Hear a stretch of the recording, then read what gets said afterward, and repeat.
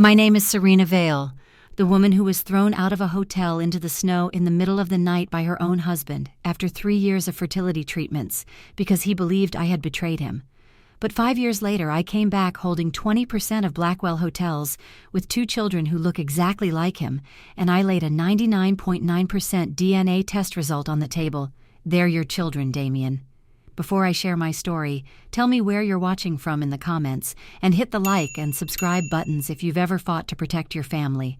Trust me, you'll want to hear what happens next. The chandeliers at the Crown Manhattan cast everything in gold that December night, but all I could see was the white of the pregnancy test tucked inside my clutch.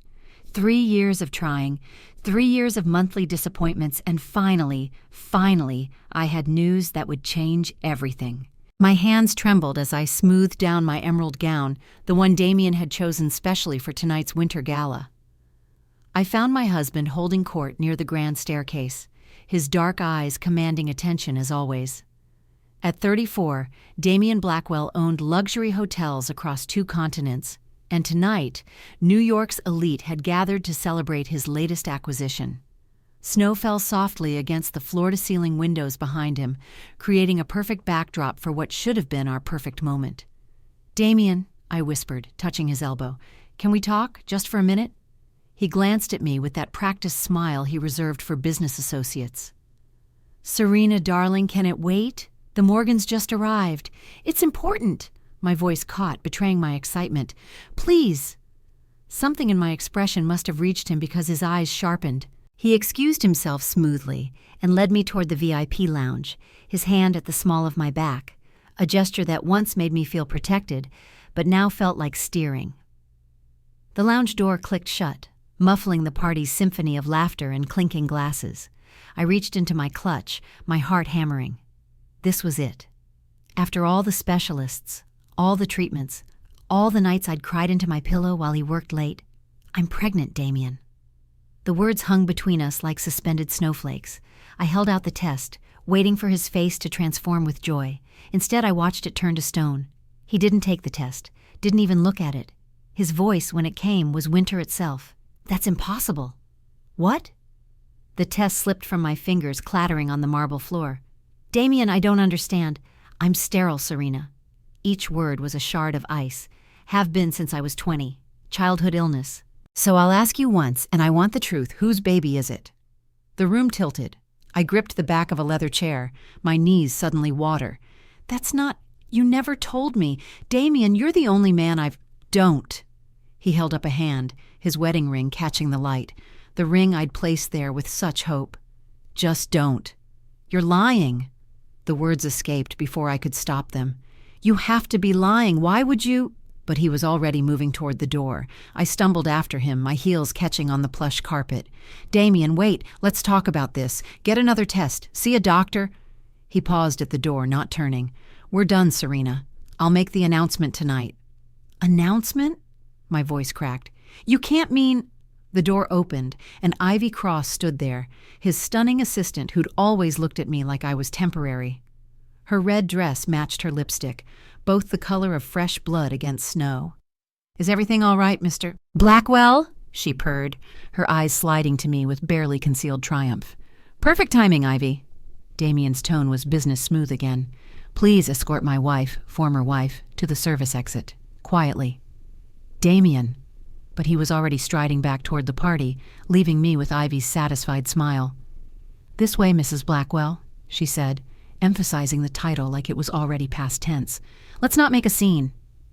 I followed her through the service corridors in a daze, past startled waitstaff, and through doors I'd never seen in 3 years of marriage. The final door opened onto an alley where snow swirled under harsh security lights. "Your coat," Ivy said, holding out my fur wrap with mock courtesy. "Wouldn't want you to catch cold." The door slammed behind me with a finality that echoed off brick walls. I stood there, snow settling on my shoulders, my designer shoes already soaking through. From somewhere above, I could hear the muffled sounds of the party continuing, my husband's party in my husband's hotel, filled with people who'd tomorrow whisper about my disgrace. A hand touched my shoulder. I spun to find Margaret Blackwell, Damien's mother, wrapped in her silver fox stole. "He's lying," she said quietly, pressing a card into my palm. "About the sterility, but he won't listen to me anymore. That woman has her claws in deep. Her eyes, so like her son's but warmer, filled with tears. Take care of yourself, Serena. And whatever happens, protect that baby." The Atlantic crashed against the rocks below my Portland cottage, its rhythm the only constant in a life I'd rebuilt from ruins. 5 years had passed since that snowy night in Manhattan. 5 years since I'd traded designer gowns for fleece jackets and charity galas for school bake sales. My hands, once manicured for cocktail parties, now bore the calluses of single motherhood and hard work. "Mama, look!" Clara burst through the door, her dark curls, Damien's curls, wild from the sea wind. "I found a starfish!" Behind her, Eli moved more carefully, cradling something in his small hands. My son had his father's intense eyes, but my cautious nature, always thinking before acting. "We have to put it back," he told his sister solemnly, "or it'll die." "After breakfast," I promised, pulling them both into a hug that smelled of salt and childhood. They were 4 now, these unexpected blessings who'd arrived exactly 8 months after I'd fled New York. Twins, the universe's ironic gift to a woman whose husband had claimed sterility. I'd never told anyone who their father was. Not the doctors, not the birth certificate clerk, not even Lucas Hart, who'd become my unlikely lifeline in those early desperate months. Speaking of breakfast, Lucas called from my kitchen. "Hope you like blueberry pancakes." Lucas had been Damien's friend first, an investigative journalist who'd covered the Blackwell Empire's rise. But when I'd needed help disappearing, when I'd been 7 months pregnant and terrified, he'd been the one to find me this cottage, to help me establish my consulting business, to show up with groceries when I couldn't leave the babies. "Any exciting hotels to save today?" he asked, sliding a perfect pancake onto Clara's plate. "Just the usual." I poured coffee, avoiding his eyes. We had a routine, Lucas and I. He pretended he wasn't in love with me, and I pretended I didn't know. It was safer that way. My heart was scar tissue held together by my children's laughter. After breakfast, Lucas lingered while the twins played in the yard. "Serena, there's something you should know." My hands stilled on the dishes. Lucas's investigative voice meant trouble.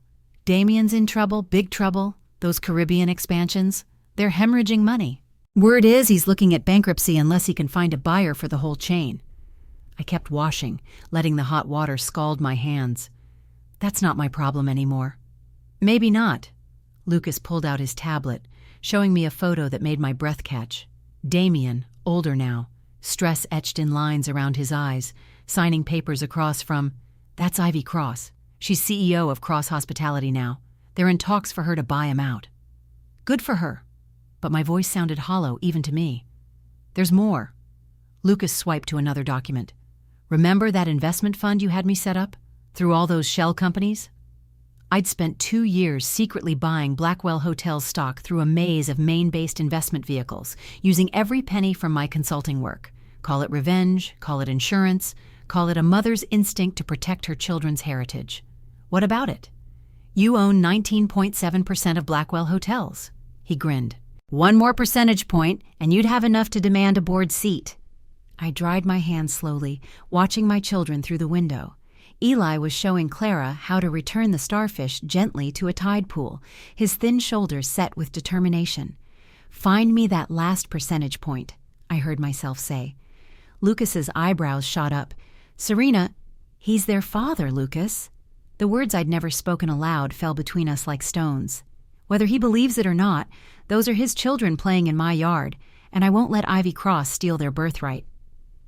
That night, after tucking the twins into their beds, I stood at my bedroom window watching the moon paint silver paths on the water. 5 years I'd built this quiet life. 5 years I'd swallowed my pride and my pain. But Margaret's words echoed still. Protect that baby. Babies, as it turned out. And protection meant more than just keeping them safe. It meant securing their future, even if their father had thrown it away with both hands. "You sure about this?" Lucas asked when I called him. "Once you show your face in that world again, I'm sure." I touched the glass, feeling its cold certainty. "But Lucas, when I go back, I won't be going alone." The Prudential Center's glass walls reflected a woman I barely recognized, polished, powerful, holding the hands of two small children. 5 years had taught me to armor myself in Armani, to wield confidence like a weapon, but nothing had prepared me for this moment. "Mama, why are all those people taking pictures?" Clara whispered, shrinking against my side. "Just ignore them, sweetheart." But the cameras were already clicking, capturing the moment Damien Blackwell's abandoned wife returned with 2 children who bore his unmistakable stamp. The launch event for Blackwell Boston was in full swing. Media from across the country gathered to celebrate my ex-husband's newest jewel. I'd timed our entrance for maximum impact, just as Damien took the podium. He saw us first in the monitor's reflection. I watched him freeze mid-word, his polished speech dying on his lips. The crowd followed his gaze, a ripple of recognition spreading like wildfire. "Daddy," Eli's small voice carried in the sudden hush. He'd seen the portraits at Margaret's house, the grandmother who visited secretly. "Is that Daddy?" Chaos erupted. Reporters surged forward, shouting questions. Security scrambled, and Damien stood frozen at the podium, his face a study in shock that no amount of media training could mask. I bent to my children, keeping my voice calm. "Remember what we practiced? Big smiles, stay close to Mama." "Mrs. Blackwell, is it true you've been hiding Damien's children? Are these his heirs?" "Why now, Serena?" I straightened, finding my voice. Not the trembling one from 5 years ago, but something forged in coastal storms and sleepless nights. "Ladies and gentlemen, I apologize for the disruption. My children and I are here as shareholders, nothing more." "Shareholders?" A reporter pushed closer. "You mean—" "I mean that as of this morning, I own 20% of Blackwell Hotels." I let that sink in, watched it ripple through the crowd like a stone in still water. "Enough for a board seat, I believe." "This is a setup." Ivy's voice cut through the noise. She stood near the stage in a white suit that made her look like an avenging angel. "Security, please escort—" "That won't be necessary." Margaret Blackwell's voice rang with authority as she descended the main stairs. My former mother-in-law moved through the crowd like a queen, and it parted before her. "My grandchildren are always welcome at Blackwell events." She reached us, and Clara immediately buried her face in her grandmother's skirts. Margaret's hand found my shoulder, squeezed once, a lifetime of communication in that touch. "Perhaps," Margaret announced to the room, "we should move this discussion somewhere more private. Damien?" He still hadn't moved, hadn't spoken.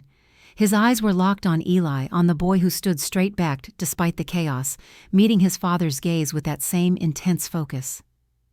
"Conference room," Damien managed finally. "Now." The next hour blurred past in lawyers and accusations. Ivy paced like a caged leopard while Damien's board members whispered frantically. The twins sat with Margaret, Clara coloring while Eli watched everything with those 2 knowing eyes. "You expect us to believe," Ivy spat, "that you haven't been planning this? That showing up with children who conveniently look like Damien isn't DNA test?" I set the folder on the table with a snap, performed 2 weeks ago, using hair from Damien's Harvard dorm room that Margaret preserved, 99.9% probability of paternity. Damien's hand shook as he reached for the papers. "That's impossible, the doctors said—" "The doctors were wrong." I kept my voice level, professional, though my heart hammered. "Or you were lied to. Either way, these are your children." "Mama?" Eli's voice, small and uncertain. "Can we go home now?" That broke something in me. My son asking to return to our cottage by the sea, away from this glass and chrome world that had already hurt him. But then I saw Damien's face as he looked at Eli, saw the recognition dawning like a painful sunrise. "Not yet, baby," I said softly. "Mama has work to finish." The penthouse hadn't changed, still all sharp angles and cold perfection, Manhattan glittering beyond windows that stretched to the sky. But everything else had shifted, tectonic plates grinding toward an inevitable earthquake. "Water?" Damien's hands shook as he poured, splashing Pellegrino on the granite counter. "Or wine? You used to like that Bordeaux." "Water's fine." I sat carefully on the leather sofa where we'd once planned our future. The twins were with Margaret at her townhouse, safe from whatever came next. "We need to talk about Eli." He turned sharply. "What about him?" "He's sick, Damien." The words I'd held for months tumbled out. "Aplastic anemia. His bone marrow isn't producing enough blood cells." The glass slipped from his hand, shattering on the marble floor. Neither of us moved. "How long have you known?" 6 months. We've tried everything, medications, transfusions. He needs a bone marrow transplant. I forced myself to meet his eyes. From a biological relative, Clara wasn't a match. He sank into the chair across from me, his face gray. "That's why you came back, not the company, not revenge, for Eli." "I came back because you're his father, whether you wanted to believe it or not." Anger flared, hot and sudden. "Do you know what it's like, Damien? Watching him get weaker? Knowing his father was out there, that you could save him, but you'd thrown us away because of some lie you believed?" I didn't lie. But uncertainty cracked his voice. "The doctors, when I had appendicitis at 20, complications set in. They said the infection." "Then test again." I pulled out my phone, showing him the Mount Sinai appointment I'd already made. "Tomorrow morning. We'll know for certain." He stared at the screen, then at his hands. "All these years, I just accepted it. Never questioned, never verified." A bitter laugh. "Ivy said it was better that way. No false hope." "Ivy said." The pieces clicked with sickening clarity. "When did she tell you that, exactly?" "After we started dating. She found my medical records, told me I should be honest with you before the wedding." He trailed off, understanding dawning. "Oh God. She played you." I couldn't keep the satisfaction from my voice. "Let me guess. She comforted you about it? Told you it didn't matter? Made you feel like damaged goods that only she could truly accept?" He was already pulling out his phone, scrolling through old emails. "The original test results. I never saw them myself. Ivy handled everything, said she was protecting me from the pain of reading it. While positioning herself as your savior." I stood, needing distance from the familiar scent of his cologne. "And you believed her over your own wife." "Serena, no." I held up a hand. "We're not doing this now. Tomorrow you get tested. If you're a match for Eli, you save our son. Everything else, the company, the past, us, that comes later." He followed me to the door. "Stay, please. It's late and you shouldn't be alone." "I haven't been alone for 5 years." I paused at the threshold. "I've had our children. You're the one who's been alone, Damien. With her." The test results came back positive for everything. Damien's fertility was normal, had always been normal. The falsified medical records Ivy had manufactured crumbled under scrutiny. But more importantly, he was a perfect match for Eli. I sat in the hospital corridor while they prepped him for the donation, watching the rain streak windows that looked out on a city I'd once called home. My phone buzzed. Lucas, checking in for the 100th time. "Any word?" His voice carried worry and something else, something I'd been avoiding for years. "He's a match. Surgery's tomorrow." A pause. "How are you holding up?" I stopped, realizing I didn't know. Relieved? Angry? Vindicated? All of it, none of it.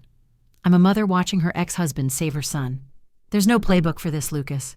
I could come up, be there for the surgery." "No." It came out sharper than intended. "This is family only." Another pause. Longer. "Right. Family." After I hung up, Damien emerged in a hospital gown, looking vulnerable in a way his expensive suits never allowed. "Scared?" I asked. "Terrified." He sat beside me, careful not to touch. Not of the procedure. Of failing him, of being too late. His voice broke. "I've already missed so much." For the first time in 5 years, I let myself really see him. Not the man who'd betrayed me, but the father who'd just discovered his children. "You're here now. That's what matters." The surgery waiting room became our confessional. 6 hours while doctors harvested Damien's marrow, while they prepared Eli's small body to receive it, while our son's life hung suspended between before and after. "Tell me about them," Damien said into the 3rd hour. "Everything. First words, first steps. I need to know." So I did. I painted him pictures with words, Clara's fearless leap into ocean waves, Eli's quiet concentration over puzzle pieces, birthday cakes shaped like boats, Halloween nights in Portland, the way they held hands during thunderstorms. "Eli asked about you once," I admitted. "On Father's Day. All the other kids were making cards at preschool." "What did you tell him?" "That his father lived far away, that sometimes people who love each other can't be together." I stared at my coffee, long cold. He made the card anyway. I still have it. Margaret arrived as the sun set, Lucas beside her. The men nodded at each other, a whole conversation in that gesture. "I've brought dinner," Margaret announced, unpacking containers. "And something else." She handed me a leather journal, its pages yellowed with age. "This was hidden in the Blackwell House library. You should read it." I opened it to find spidery handwriting. Edward Blackwell, Damien's grandfather. As I read, the room seemed to shrink. "Our families knew each other," I breathed. "Your grandfather and mine. They were business partners." Damien leaned over, reading along. The entries detailed a development deal gone wrong, federal investigators closing in. Edward had taken the fall, disappeared overnight, leaving his partner, my grandfather, to build an empire on the ruins. "That's why my father always hated yours," Damien murmured. "He blamed him for driving grandfather away." "And passed that fear down to you." Margaret's voice was sad. "The fear of being abandoned, betrayed by those closest to you. It made you susceptible to anyone who played on those fears." "Like Ivy." His jaw tightened. "Where is she anyway? I haven't heard from her since the press conference." Lucas cleared his throat. "About that. I've been investigating some irregularities in the Caribbean acquisitions. Seems Ms. Cross has been busier than just feeding you false medical records." He pulled out his tablet, showing spreadsheets that made Damien curse. Shell companies, diverted funds, a systematic bleeding of Blackwell hotels into cross-hospitality accounts. "She's been planning this for years," Lucas continued. "Get you to trust her, isolate you from your support system, then position herself to take over when you crashed." "The board meeting," I realized. "She's going to call for a vote of no confidence." "Thursday," Damien confirmed. "I'm hemorrhaging support. Half the board thinks I've lost it. Showing up with secret children, the DNA drama, Ivy's promising stability." "Then we stop her." The words surprised me as much as anyone. "Lucas, how much of this embezzlement can you prove? With 24 hours, maybe 60%? That'll have to do." I stood, decision crystallizing. "Margaret, can you stay with the twins? Damien, you focus on Eli. Lucas and I have a board to save." "Serena," Damien caught my hand. "Why? After everything, why help me?" I looked at our joined hands, his wedding ring gone, mine long sold to buy baby formula. "Because Blackwell Hotels is my children's legacy, and I'll be damned if I let that woman steal one more thing from this family." "Family?" His voice held so much hope it hurt. "Don't push it." But I squeezed his hand before letting go. One crisis at a time. The next morning, Eli went into surgery smiling because his daddy had promised him ice cream for breakfast every day for a week when he got better. Clara kissed her brother's forehead and whispered something that made him giggle, twin secrets I'd never understand. As they wheeled him away, Damien's hand found mine again. This time, I didn't pull away. We stood there, two people who'd failed at love but were trying desperately not to fail at parenthood, waiting for news that would change everything. "Ms. Vale?" The surgeon appeared after an eternity. "The transplant went perfectly. Now we wait." In the relief that flooded through me, I didn't correct him about my name. Vale or Blackwell, it didn't matter. I was Eli and Clara's mother. Everything else could be figured out later. Thursday arrived wrapped in storm clouds that matched my mood. I stood before the Blackwell Hotel's board in a conference room that overlooked Central Park, wearing the kind of armor only Chanel could provide. Beside me, Lucas arranged his evidence like ammunition. "This is highly irregular," board member Harrison Wright protested. "Mrs. Blackwell, excuse me, Ms. Vale. While you may own shares, you're not a board member." "Actually," I slid a document across the table. "As of this morning, I am. 20% ownership triggers automatic board inclusion, per your own bylaws." Ivy sat at the far end, her white suit pristine as fresh snow, her smile sharp as winter. How convenient, just in time to watch your ex-husband's empire crumble. "Is that what you think is happening here?" I pulled up the first slide, a maze of financial transfers that Lucas had spent 72 hours untangling. "Let's talk about the Caribbean acquisitions, shall we?" For the next hour, I laid out the evidence like a prosecutor. Shell companies registered to Ivy's relatives. Construction contracts inflated by 40%, the excess funneled offshore. Emails, God bless Lucas's hacking skills, showing Ivy coordinating with competitors to sabotage Blackwell bids. "This is ridiculous," Ivy snapped when I paused. "Desperate accusations from a scorned woman trying to—" "From a forensic accountant, actually." Lucas stood, distributing bound reports. Page 47 shows the banking trail. Page 62 has the signed authorizations. Your signature, Miss Cross, on every one. The room erupted. Board members who'd arrived ready to oust Damien suddenly turned their attention to Ivy, voices rising in anger and alarm. "You told us the Caribbean losses were market conditions," Wright accused. "You said Blackwell's leadership was the problem," another member added. Ivy's composure cracked.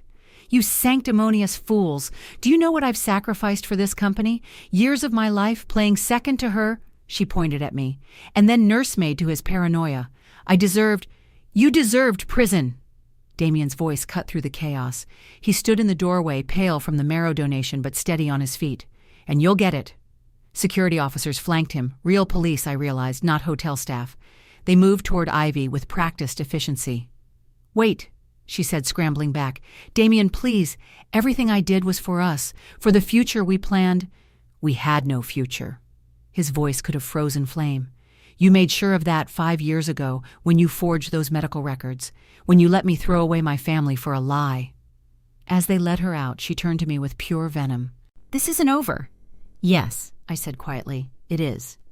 The boardroom slowly settled. Wright cleared his throat. "Well, I move to table the no confidence vote indefinitely." "Seconded," came immediately from 3 directions. "I also move," I said into the silence, "to appoint a new CFO immediately.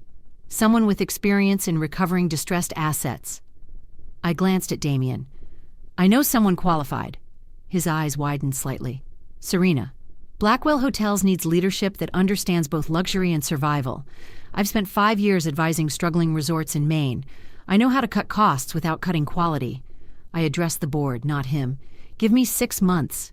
If I can't turn the Caribbean properties profitable, I'll sell my shares and walk away." "All in favor?" Wright asked. Every hand rose. Later, as the boardroom emptied, Damien lingered. "That was impressive. That was necessary." I gathered my papers, trying not to think about what I'd just committed to. "How's Eli?"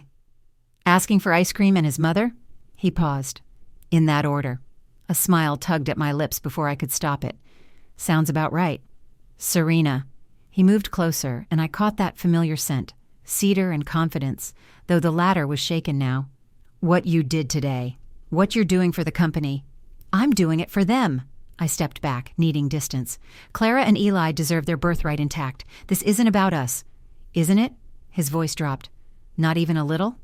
I met his eyes, those dark depths I'd once drowned in. "Ask me again in 6 months, after I've saved your company and our son is healthy, when neither of us needs the other for survival. And then? Then we'll see if there's anything left to rebuild." I headed for the door, pausing at the threshold. "But Damien, if you want any chance at all, start with the truth. All of it." Recovery came in small victories. Eli's white blood cell count climbing, the first Caribbean property turning profitable. Clara losing her first tooth and insisting the tooth fairy knew about both her Portland and Manhattan addresses. 3 months into my CFO role, I'd developed a routine. Days in the Blackwell offices, untangling Ivy's financial web. Evenings at the hospital or Margaret's townhouse with the twins. Nights in my corporate apartment video calling Lucas back in Portland. "You look tired," he said during one such call, concern creasing his features. "Thanks, that's what every woman wants to hear." But I smiled, curled on the couch in pajamas that had seen better days.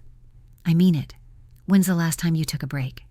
"When's the last time you took a break from worrying about me?" I countered. His pause spoke volumes. "Serena, I need to tell you something." My stomach dropped. "Lucas, I'm in love with you." The words hung between us, carried by fiber optic cables across 3,000 miles. "Have been for years, and I can't keep pretending otherwise while watching you rebuild your life with him." "Lucas!" My voice broke on his name. "You know I care about you. You've been everything. Friend, protector, the twins' favorite uncle, but you're still in love with Damien." Not a question. A resignation. Was I? The man who'd believed a lie over his wife, who'd thrown me out into the snow? Or was I in love with the father who read our son's stories during chemo treatments, who'd learned to braid Clara's hair from YouTube videos? "I don't know what I feel," I admitted. "Everything's so tangled up, the past, the children, the company. I can't separate any of it." "Then let me make it easier." Lucas's smile was sad but genuine. "I'm taking the Beijing assignment. 6 months covering the tech boom. Give you space to figure things out." "Lucas, no." "The twins will miss you. The twins will be fine. It's their mother I'm worried about." He leaned closer to the camera. "Promise me something. Don't settle for less than you deserve. Not from him, not from anyone." After we hung up, I sat in the dark city lights painting patterns on the wall. My phone buzzed, Damien asking if I'd eaten dinner. I ignored it and 3 follow-ups until the 4th made me pause. Found something in Edward's journal. "Please come. It's about the children." 20 minutes later, I stood in his penthouse study, watching him spread papers across his desk. "These were hidden in the binding," he explained. "Letters between our grandfathers from before everything went wrong." I read, my hands starting to shake. The letters painted a different picture, not betrayal, but sacrifice. Edward Blackwell hadn't fled prosecution. He'd taken the fall to protect both families, ensuring my grandfather could provide for his pregnant wife, while Edward's family had enough hidden assets to survive. "They planned it together," Damien said quietly. "The whole thing. Even Edward's disappearance. He went to Switzerland, lived under an assumed name, sent money back for years. Why hide it? Because admitting the truth meant admitting guilt. Both families built their fortunes on that original crime." He looked up, eyes haunted. "We're legacy children, Serena. Born into lies our grandfathers told to protect us." I sank into a chair. "And we repeated the pattern. You believing lies to protect yourself from abandonment. Me running rather than fighting. The twins don't have to." His voice fierce now. "We can break the cycle." "Can we?" I met his gaze. "You shut me out the moment someone suggested I'd betrayed you. No questions, no conversation, just immediate walls." He flinched. "I know. I've been seeing someone, a therapist, trying to understand why I was so ready to believe the worst." A bitter laugh. "Turns out growing up hearing how your grandfather abandoned the family leaves marks." "We all have marks, Damien." "Show me yours." The request hung between us. Slowly I rolled up my sleeve, revealing the small scar on my forearm. "From the night you threw me out, I fell on the ice outside, cut myself on a broken bottle, had to get 11 stitches at a clinic that didn't ask questions about insurance." His face went white. "Serena, I'm not showing you to hurt you. I'm showing you because it healed. It left a mark, but it healed." I rolled my sleeve down. "The question is whether we can heal too, or if we'll just keep cutting each other on old wounds." Christmas in Maine felt different this year. The cottage that had been our refuge now hosted a full house, Margaret knitting by the fire, Damien helping Clara hang stockings, Eli directing ornament placement from his wheelchair. He was still weak, but improving daily, his laughter the best gift any of us could ask for. "Higher, Daddy," Clara commanded, pointing to the star. "It has to touch the ceiling." I watched from the kitchen, hands wrapped around hot cocoa, as Damien lifted her onto his shoulders. 6 months ago, she'd been the scared little girl hiding in her grandmother's skirts. Now she ordered her father around with the confidence of a child who knew she was loved. "You're staring," Margaret observed, joining me. "Just thinking."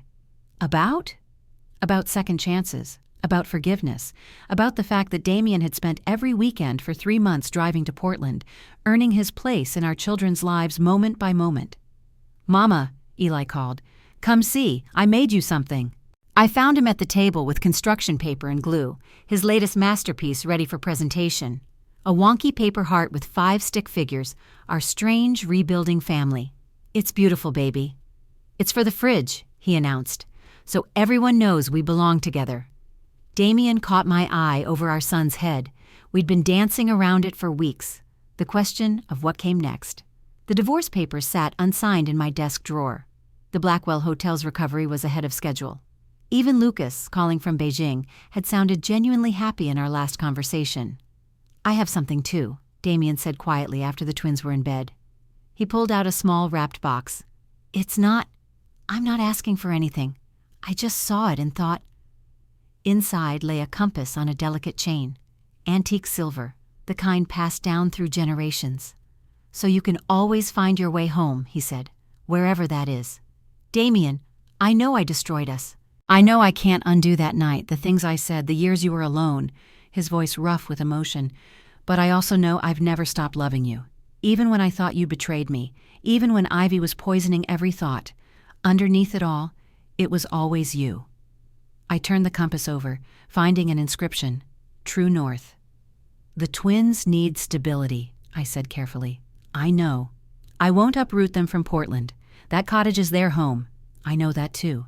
And we can't just pick up where we left off. Too much has happened. We're different people now. So we start over. He stepped closer, hope and fear warring in his eyes. Date me, Serena. Let me court you properly this time. No empire to run, no lies between us. Just us. And if it doesn't work, then we'll still be the best parents our children could ask for. His hand found mine. But what if it does?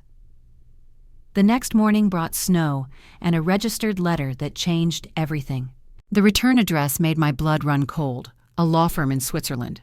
Inside, a single paragraph that shattered our tentative peace. Dear Ms. Vale and Mr. Blackwell, your grandfather's arrangement has come to our attention. The surviving party wishes to meet regarding unfinished business and substantial assets held in trust. Please be advised that certain concerned parties may attempt to prevent this meeting. Discretion is advised. E. Blackwell. E. Blackwell, Damien breathed. Edward, my grandfather is alive. Margaret dropped her coffee cup. That's impossible. He died 20 years ago. I attended the funeral. Apparently not. I reread the letter, mind racing. Concerned parties who might prevent this meeting. Who else knows about the original arrangement? A knock at the door interrupted us. Damien opened it to find a courier with another letter, this one with no return address. The past should stay buried. Your children are lovely. It would be a shame if they learned how their fortune was truly built. Consider this a warning. Mama? Clara appeared on the stairs, rubbing sleepy eyes. Why is everyone up? Just grown-up stuff, sweetheart. I forced a smile. Go back to bed. But as I tucked her in, dread curled in my stomach. We'd fought so hard to break the cycle, to build something clean and true for our children. Now shadows from 2 generations back threatened to destroy it all. We'll figure it out, Damien said later, finding me on the porch despite the cold. Together this time. I looked at the horizon where dawn was breaking over the Atlantic, painting the sky in shades of hope and warning. Promise? I promise. He pulled me against him, and for the first time in 5 years, I let myself lean into his warmth. Whatever comes next, we face it as a family. The compass hung warm against my chest, pointing true north, toward home, toward hope, toward a future we'd build on truth instead of lies. Even if the shadows of the past were gathering for one last fight,